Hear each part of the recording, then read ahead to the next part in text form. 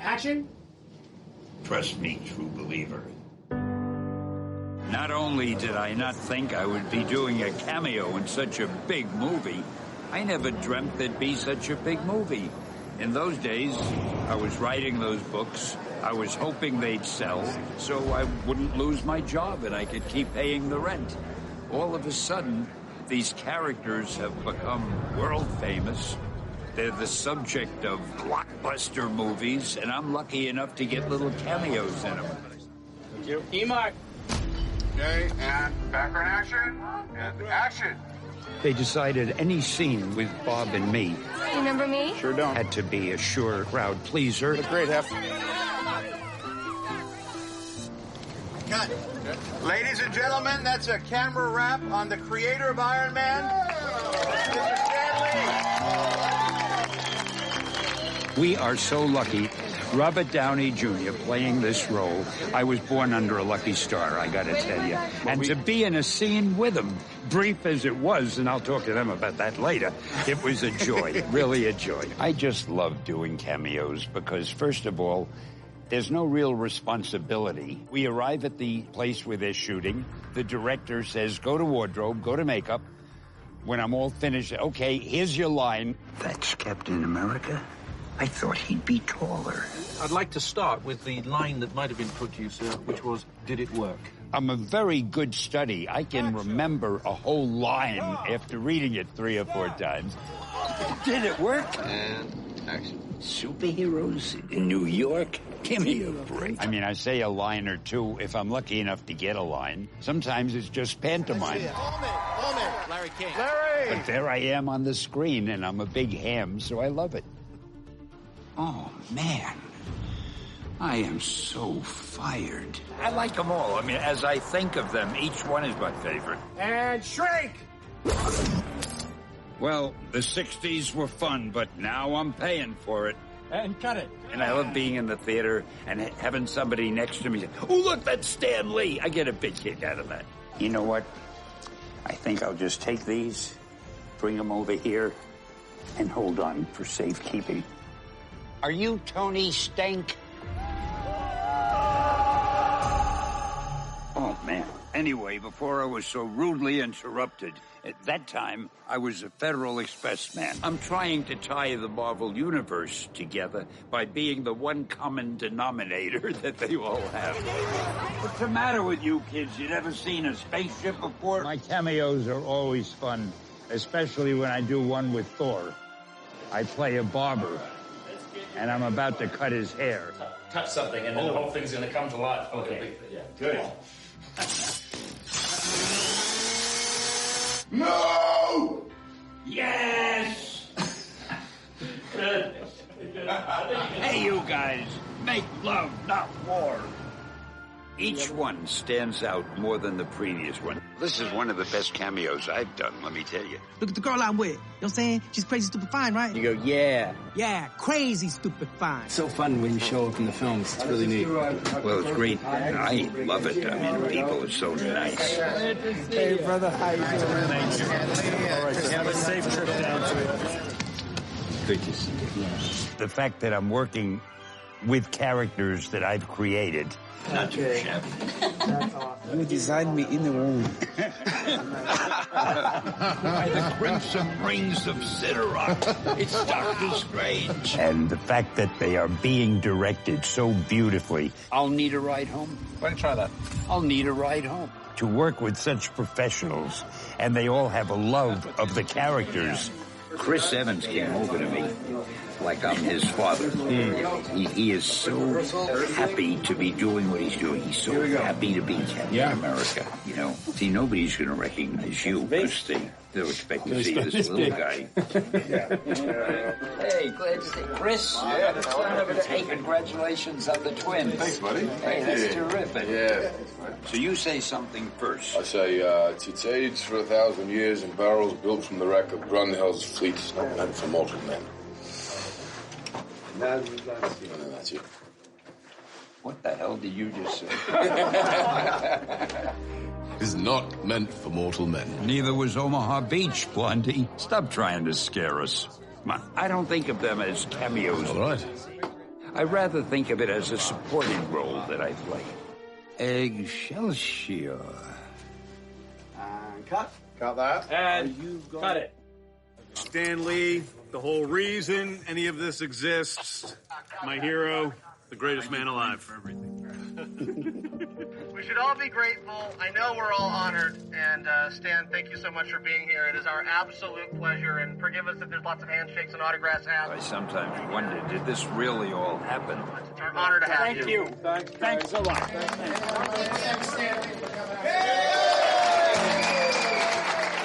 In the days I was writing these things, I never thought it would turn into something like this. Thank you very much. Thank you. This is just unbelievable.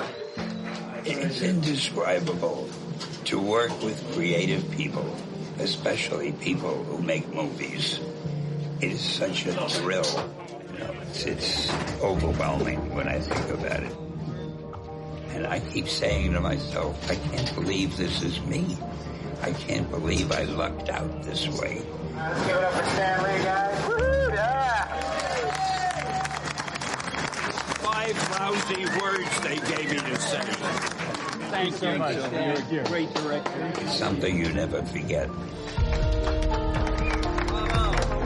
And thank you for all of this, and I hope that I didn't set interviewing back a few decades. Okay. I'll see you later. Thank you. Appreciate it. I remember every cameo I've done since the first one. And I think I'm a very lucky guy.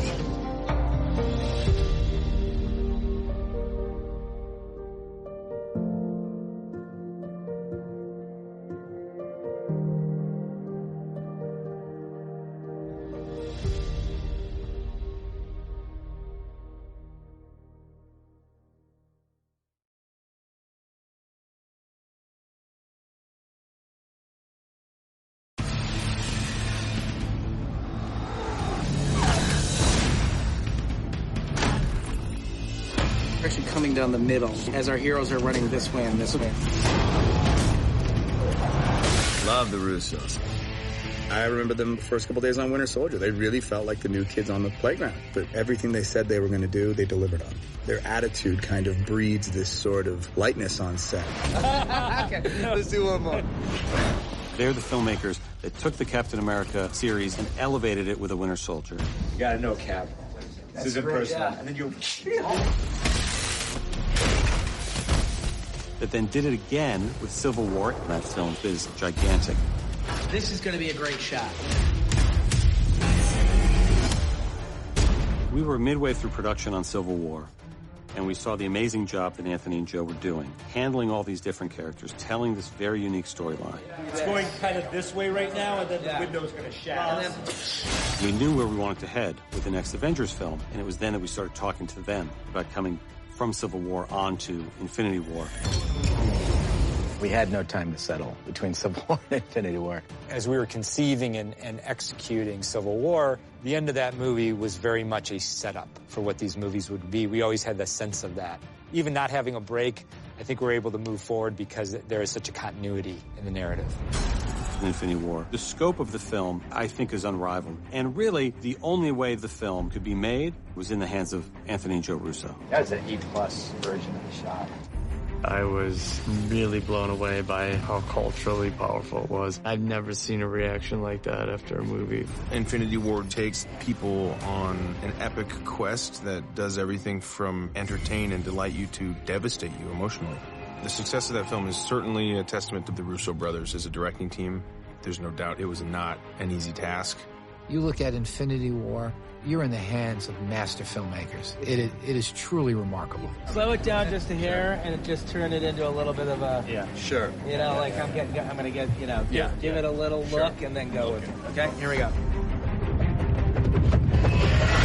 We talk a lot about the culmination of Avengers Endgame. We wanted to do a great finale that not only had the spectacle worthy of Infinity War, but with sequences and scenes and character interactions that could only be done with Joe and Anthony. They're the only directors that could handle this many characters and doing this ambitious of a story that needs to pay off every film that we've ever made in one climactic conclusion, while at the same time introducing an entirely new direction for the future. When we were thinking about these two Avengers films, we came up with this idea, let's shoot them together. And it seemed like a great idea at the time, but it's impossible to juggle one story. And the idea of two stories this complicated, figuring out what they are, how they intertwine. The Russos are so adept at handling complicated storylines. You know, after the camera whips you, yeah, sort of take in the group for a beat and then ask where's Fury. You have to understand what makes each character unique, what special qualities they bring to it, how they can shine. It's pretty amazing watching these brothers like create these amazing, powerfully epic tales. It's gonna be the more that way. Well, that'll just be the badass delivery. You feel very, safe and taken care of, and at the same time you feel like you can contribute. I'm clearly charting the course, and if you just come in and start charting the course, you're like, are we going somewhere to?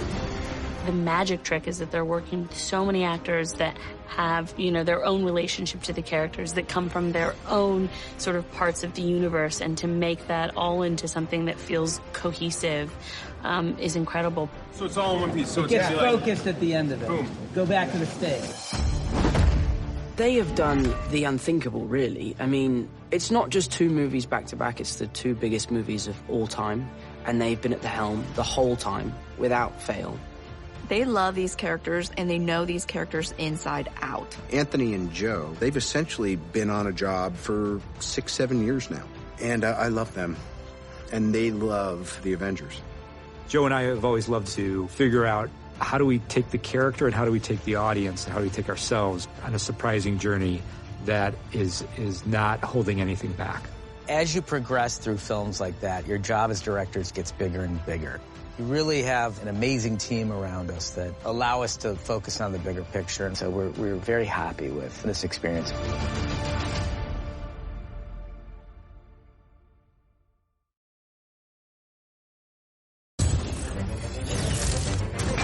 It's been really exciting to get to work with some of the actors from different franchises that I have just admired. I guess you would say are sort of an extended family. And then, of course, there's new characters that are also being introduced to the family. Where are you going? To kill Thanos. Certainly great to see that the audiences are embracing and even asking for, begging for really strong female superheroes. It's wonderful to feel like you've witnessed and been a part of that growth. I'm always picking up after you boys. I think one of the dangers of playing a kick-ass chick is that you just mimic what you've always seen kick-ass men do. You want to show me how to punch? That's how you punch. It's really important for me to find the voice and the rhythm and the style and the meaning of what it means to be a powerful woman, and that be its own distinct thing. I so enjoyed being able to be a piece in the puzzle that was a woman who was the head of an army and who was the right-hand man of the leader, and seeing how that resonated was very humbling and very moving. Women are demanding equality in the workplace, whether you're in a superhero costume or an office job. And I think Marvel is doing a great job of amplifying that in the films and representing that properly, and that's a beautiful thing. Every morning I think about every way that I can help women have representation and be out there in the world. And I think for me it's important for women to know that it can be done. Hi, I'm Peter Parker. Hey, Peter Parker. You got something for me? Our goal with Endgame was to provide a climactic conclusion to the journey that the MCU has been on for these 11 years now. And so we spent a lot of time looking backwards at the journey that the overarching narrative has taken and all the characters that have been a part of that story. And I remember it just dawning on all of us one day, just like the sheer number of amazing female characters that were now in the MCU was just so exciting and impressive to all of us. I mean, we really looked for an opportunity to just celebrate that. You get to see this really beautiful thing, which you kind of get a taste of with Avengers Infinity War as well, which is very powerful people meeting each other, powerful people all being in one room, powerful people that all have very specific skills working together to form a team. We have a small little moment in the Wakanda field in Infinity War where we have Okoye, Natasha, and Wanda teaming up to fight Proxima. And that moment in the trench was pretty spectacular to see when we were shooting Infinity War. And we wanted a little bit more of that in Avengers 4. I don't know how you're gonna get through all that. Don't worry. She's got help. It was really beautiful to feel this sort of Marvel sisterhood, you know, and we're all coming from so many different films that we all came together. It's kind of like, I see what you do. I know your powers. Okay, show me what you got. And then we just clicked. And we were just like cheering each other on. Everyone's just kind of taking their turns, moving around, trying to help each other out. It was so fun. You share this connection. So there's a connection without ever having met. It's a really cool thing about the whole battle. That day was insane. We were all in it together and it felt electric. It was really, really cool.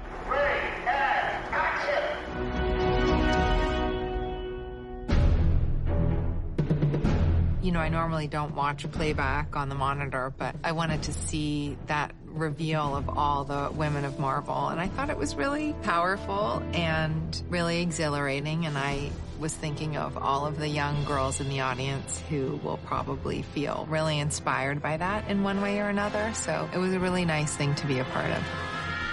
And it's exciting because all of us are saying, I've never experienced this before. I've never been in a film with this many women and this many strong women who stand equal to the men. There is something very powerful, and we're realizing it more and more. It's just how magical it is to allow women to express their full gamut of their power and their abilities as a unit.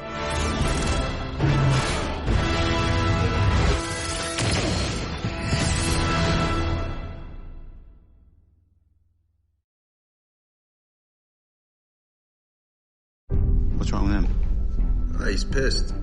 He thinks he failed. Thor has suffered tremendous loss, more so than any other character. Asgard has been destroyed, and now he has to suffer the loss to Thanos. How does a person who's suffered two devastating losses like that move forward, and how would he process that?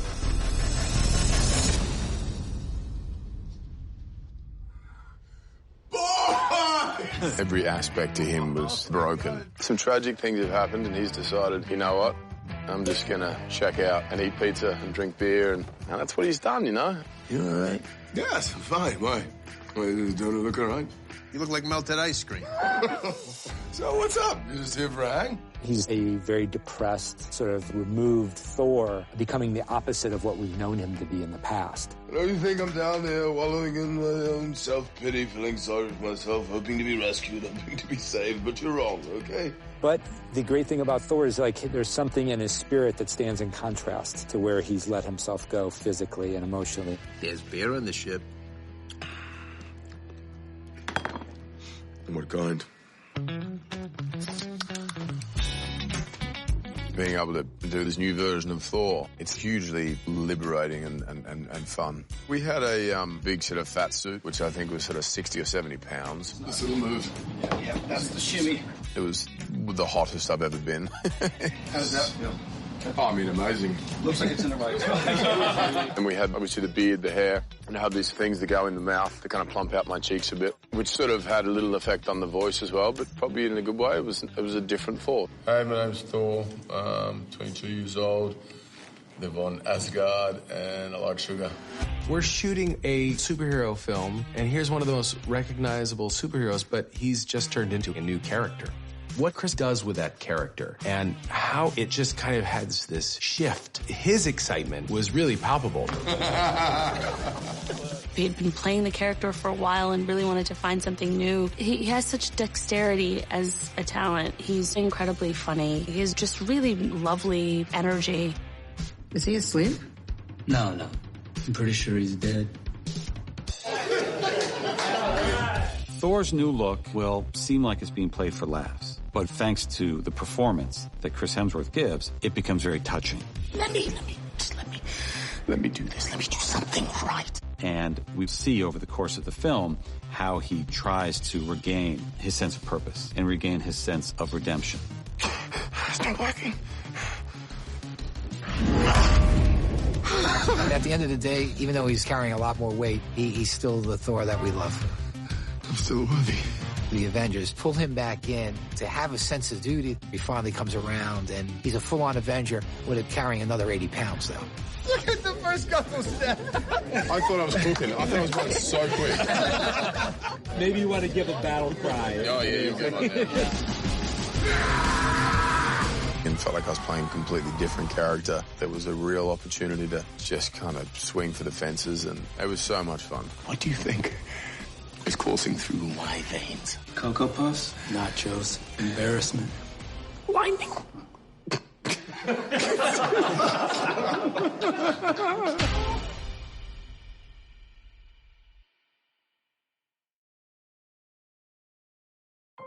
Asking a woman to dance always seems so terrifying. And the past few years just didn't seem to matter that much. Figured I'd wait. For what? Right partner. The essential conflict in Steve is the desire to serve, and that desire to serve would supersede his personal identity. He's got an amazing set of morals and values. He's an incredibly good man, given the hand that life has dealt him. Dr. Erskine knows that if this guy's given this great gift, he won't take advantage of it. He understands how to value what he has because he didn't always have it. The common issue among all the Marvel heroes is that they have a very vulnerable side to them. And Steve Rogers is certainly no exception to that. He is probably the most vulnerable before he becomes Captain America. He, more than any of the other superheroes, really kind of loses who he was in the process of becoming him. Because he was a scrawny 90-pound man who gets changed into Captain America, so the old him ceases to exist. There's no life of Steve Rogers that he goes back to. Almost, I get the feeling he'd be more comfortable if he could wear the outfit the whole time, because then he has a persona, then he knows who he is. It's the first time he was valued. He had very few people who valued him, as he wasn't quite an orphan, but he was alone fairly early on, and he had one friend. It was Bucky Barnes, and Bucky Barnes goes off to war. And he was a scrappy kid who got picked on all his life. He is very relatable. He is a superhero, but all his power is basically what the human body can do. Once circumstances lead him to being Captain America, he finds, a purpose. You told me you thought I was meant for more than this. Did you mean that? Every word. Peggy has a career. And she has a lot of self-respect, and she's pretty sick and tired of lots of men kind of not taking her seriously in the army and playing around with her. I think Peggy relates to someone really fighting for what they believe in and really having to struggle all the time to prove themselves. And she, being the only woman in this environment, knows exactly what that feels like. It's not just the normal, everyday love story. There's something else. In the same way that we love Steve because he exhibits some sort of determination and selflessness, it's the same thing that attracts her to him. Steve learned a lot from Peggy Carter. If you go back and look at the first Avenger, that is the essential relationship that I think turned him into who he is today. It turned him into Captain America. Her sense of integrity, her call to action are all qualities that have been ingrained in Steve and are his best qualities. And they come from example from Peggy. And so I think it was critical that her character embodied those essential qualities because he wouldn't be who he is without them. I'm gonna need a rain check on that dance. A week next Saturday at the Stork Club. You got it. 8 o'clock on the dot. Don't you dare be late.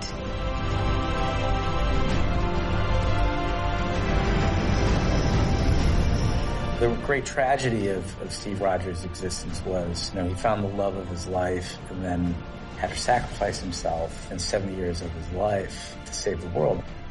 I always found it very endearing about Cap that for all that character has sacrificed, and he's sacrificed a lot, the one thing he could never let go of was Peggy, and it stayed with him all those years.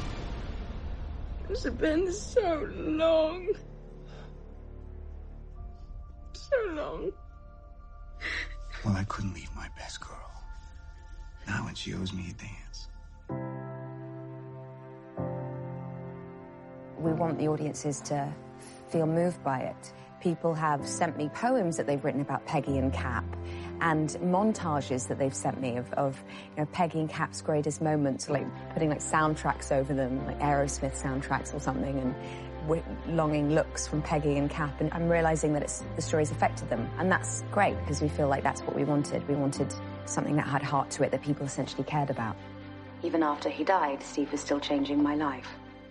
I really like what they let my character experience in these movies, to be honest. The struggle and the sacrifice and the culmination of friendships that have had peaks and valleys, and it's just a really layered, colorful experience. His arc over the course of the movies take him from a place of service to where he started to question authority and ultimately embrace his identity and become self-actualized. And he has the opportunity in Avengers Endgame to go back and correct the loss and be with Peggy, the love of his life. And he makes that choice. So did something go wrong or did something go right? Well, after I put the stones back, I thought maybe I'll try some of that life Tony was telling me to get. You're trying to tap into Steve's journey before you go to set to understand what this moment means to him, but you can't help but think about your own and think about what this entire experience has meant to you. Oh, God, you can get choked up even thinking about it right now. You want to tell me about her?